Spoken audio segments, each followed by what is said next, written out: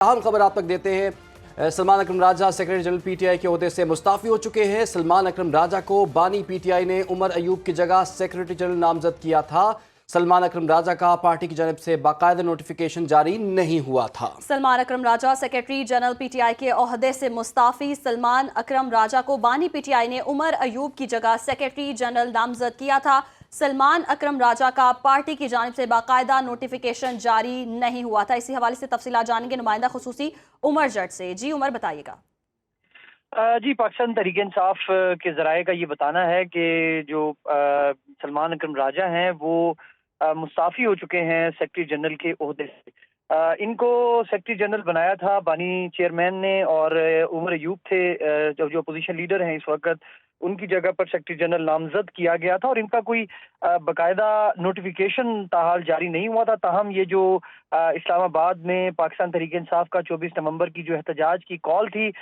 یہ 24 نومبر کو اس لاہور میں تھے، اور لاہور میں ایک ویڈیو بھی انہوں نے جاری کی تھی لوگوں کے حوالے سے اور لوگوں کو گیدر کرنے کے حوالے سے، اور پلان دیتے رہے کہ لاہور جانا ہے اور لاہور اکٹھے ہونا ہے اور اس کے بعد اسلام آباد جایا جائے گا۔ لیکن اس کے بعد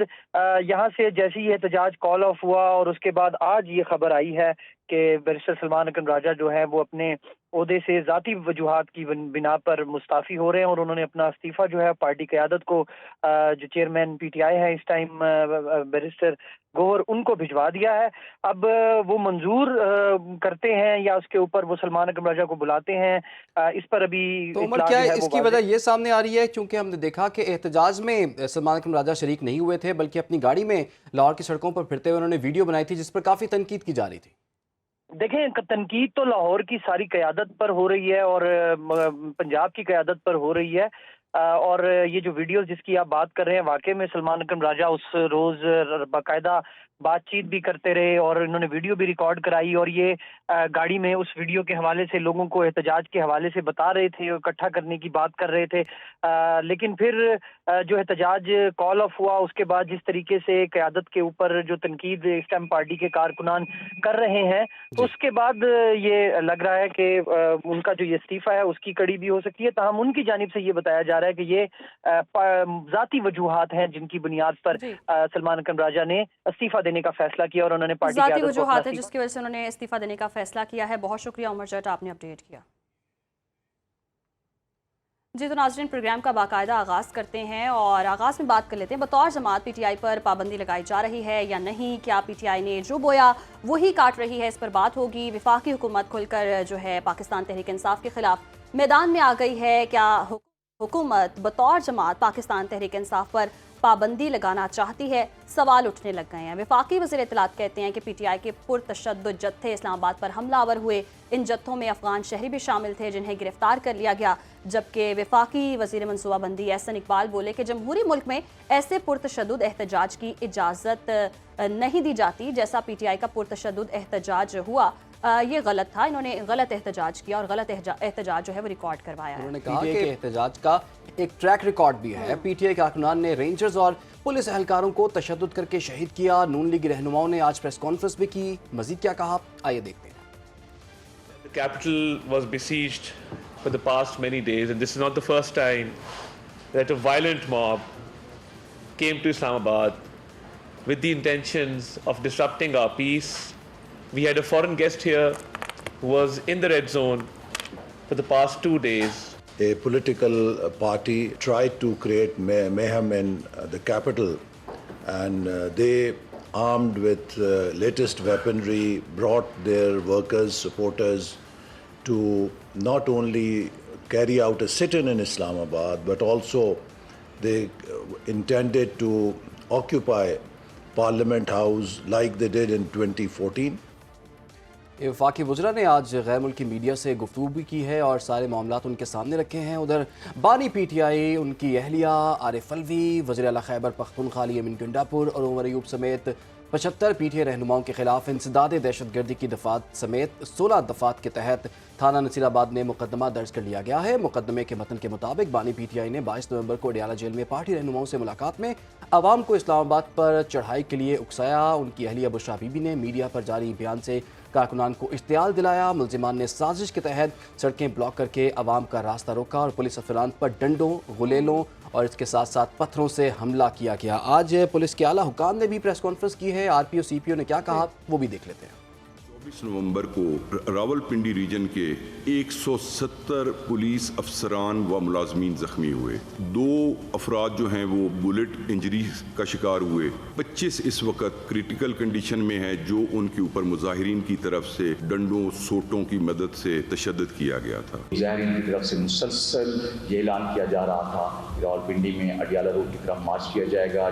اڈیالہ جیل کا گھیراؤ کیا جائے گا اور راولپنڈی کو destabilise as a city destabilise کرنے کی کوشش کی گئی، جو کہ پولیس نے ناکام بنا دیا۔ ہمارے دونوں طرف سے لیفٹ اور رائٹ سے انہی پروٹیسٹرز کے جو عسکری ونگ تھا اس نے ہم پہ آتشی اسلحے سے حملہ کیا اور لیفٹ سائڈ کے اوپر جو فیصل آباد کی نفری کی ڈیوٹی تھی وہاں پہ کانسٹیبل واجد علی کو اسٹریٹ فائر مارا گیا، جو کہ گولی یہ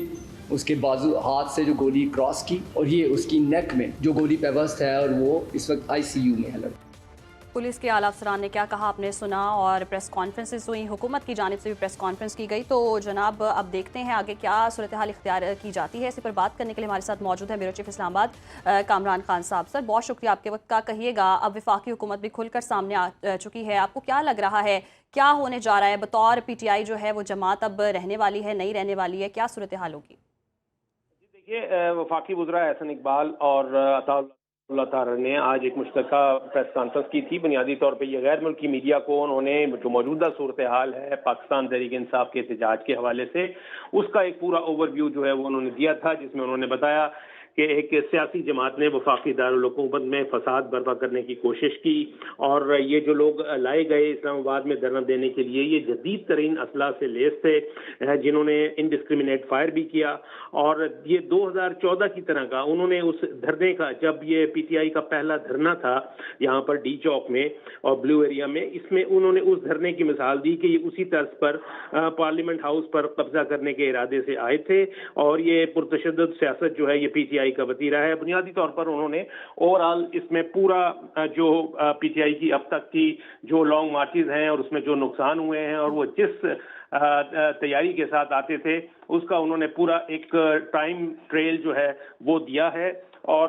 اس سے یہ لگتا ہے کہ شاید یہ ایک چارج شیٹ جو ہے وہ باقاعدہ تیار کی جا رہی ہے پاکستان تحریک انصاف کے خلاف اور پھر یہ اسی کی بنیاد پر پھر شاید پاکستان تحریک انصاف پر پابندی لگنے کی بات جو ہے وہ بھی ہو، اگرچہ انہوں نے اس کا واضح اشارہ نہیں دیا لیکن اس سے پہلے وفاقی حکومت اعلان کر چکی ہے کہ پاکستان تحریک انصاف پر پابندی لگانے کا انہوں نے اندیا دیا تھا کہ ثبوت اکٹھے کیے جا رہے ہیں اور جو موجودہ صورتحال میں جتنے بھی شواہد اور ثبوت اکٹھے کیے گئے ہیں یہ اس کو جب بھی کیس بنایا جائے گا پاکستان تحریک انصاف کے اوپر تو ان شواہد کو اس پر پابندی لگانے کے لیے پیش کیا جائے گا۔ جی ہاں یہ تو بات ٹھیک ہے، پابندی کی گفتگو بھی ہو رہی ہے، اس حوالے سے فیصل واؤڈا نے بھی یہ کہہ دیا ہوا ہے کل کہ پاکستان تحریک انصاف پر پابندی لگنے والی ہے، لیکن کامران کچھ مقدمات بھی تو درج ہوئے ہیں پاکستان تحریک انصاف کی اعلیٰ قیادت پر، تقریباً 75 سے زائد لوگ ہیں جن پر مقدمات درج ہوئے ہیں اور سنگین دہشت گردی کی دفعات بھی اس میں لگائی گئی ہیں، تو اس سلسلے میں کیا ہو سکتا ہے کہ آنے والے دنوں میں کچھ گرفتاریاں بھی ہو سکتی ہیں؟ جی بالکل، دیکھیے صرف اسلام آباد کی حدود میں 9 مختلف مقدمات جو ہیں وہ دائر کیے گئے ہیں جس میں 300 سے زائد لوگوں کو نہ صرف یہ کہ نام لے کر نامزد کیا گیا ہے بلکہ ان کے خلاف دہشت گردی کی دفعات ہیں، ان کے خلاف بلوے کی اور ہنگامہ آرائی کی دفعات ہیں، تو اس حوالے سے یہ تمام جو FIRs ہیں اس میں دہشت گردی کی دفعات بھی شامل کی گئی ہیں اور اس لحاظ سے یہ کہا جا سکتا ہے کہ کسی بھی وقت جب بھی ان FIRs کی بنیاد پر گرفتاریاں ہوں تو ان میں جو بھی PTI کے سرکردہ لیڈرز ہیں جو کہ ان FIRs میں نامزد ہیں ان کی گرفتاریاں بالکل ہو سکتی ہیں اور جب بھی قانون اپنا راستہ بناتا ہے تو ظاہر ہے FIR میں جو بھی نامزد ہوتا ہے اس کی گرفتاری جو ہے وہ عمل میں لائی جاتی ہے۔ تو یہ کہا جا سکتا ہے کہ جس پر پریس کانفرنسز میں جو بتایا گیا اور آج پولیس نے راولپنڈی پولیس کے RPO نے جو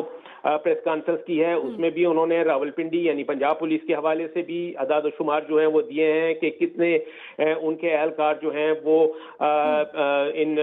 حملہ آور جو افراد ہیں ان کی فائرنگ سے زخمی ہوئے ہیں، تو ان تمام کی FIR جو ہیں وہ درج کی گئی ہیں. یہی دفعات جو ہیں دہشت گردی کی اور حملہ کرنے کی کوششوں کی، یہ اس میں تمام جو آفینسز ہیں یہ شامل کیے گئے ہیں، اور ایسی صورت میں یہ ایف آئی آر جو ہیں ان کی بنیاد پر کسی بھی وقت گرفتاریاں جو ہے وہ عمل میں لائی جا سکتی ہیں. کسی بھی وقت گرفتاریاں عمل میں لائی جا سکتی ہیں. بیورو چیف اسلام آباد کامران خان ہمارے ساتھ، بہت شکریہ آپ کے وقت کا.